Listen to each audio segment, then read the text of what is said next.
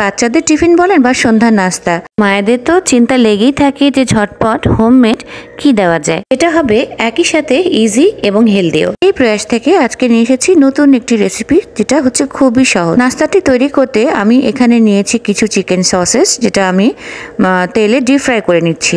কিছুক্ষণ ভেজে আমি এটাকে সরিয়ে রাখছি একপাশে। এবার প্যানে দিয়ে দিচ্ছি একটি ফ্রোজেন পরোটা। পরোটাটা সুন্দর করে দুই পাশ ভেজে নিয়ে উপরে স্প্রেড করে দিচ্ছি সামান্য চিলি সস। ভালো মতো স্প্রেড করে দিলাম। আমি ঝটপট তৈরি করছিলাম বলে রেগুলার যে স্পুন ইউজ করি সেটা দিয়ে আপাতত কাজটি সেরে নিলাম। এবার এর উপরে দিয়ে দিব কিছু মোজারেলা চিজ। যত বেশি চিজ দেওয়া যায় ততই মজা হয়। আমি আজকে তৈরি করছি বাচ্চার স্কুলের টিফিন, তাই সকালে ঝটপট যতটুকু চিজ শেডেড করে নেওয়া যায় আপাতত ততটুকুই দিলাম।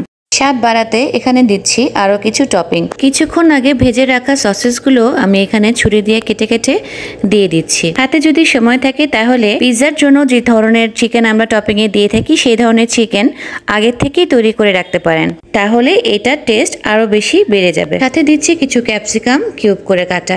এবার এখানে যাবে কিছু সিজনিং। তো উপর থেকে আমি দিয়ে দিচ্ছি মিক্স হার্ব, সামান্য একটু স্প্রিঙ্কল করে দিচ্ছি। তার সাথে দিচ্ছি সামান্য একটু লবণ এবং সামান্য একটু টালা মরিচের গুঁড়ো। সব কিছুই টেস্টের অ্যাকর্ডিংলি দিতে হবে।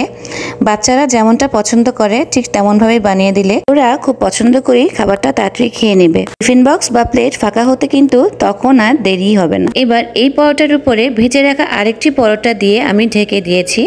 আর কিছুক্ষণ লো হিটে পরোটাগুলো হালকা করে ছেঁকে নিব। সাবধানে উল্টিয়ে অপর পাশটা একটু হালকা সেঁকে নিচ্ছি। সেঁকে নেওয়ার কারণে ভিতরের যে চিজ আছে সেটা মেল্ট হয়ে যাবে এবং রুটির সাথে অনেকটা স্টিকি হয়ে আটকে যাবে। তো এই তো আমি এখন প্যান থেকে নামিয়ে নিয়েছি। আমাদের পিৎজা পরোটা অলরেডি রেডি।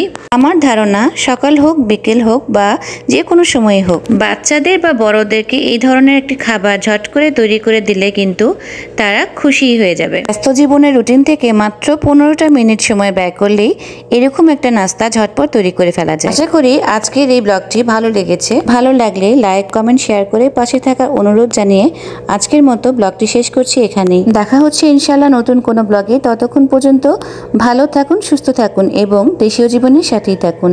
আল্লাহ হাফেজ।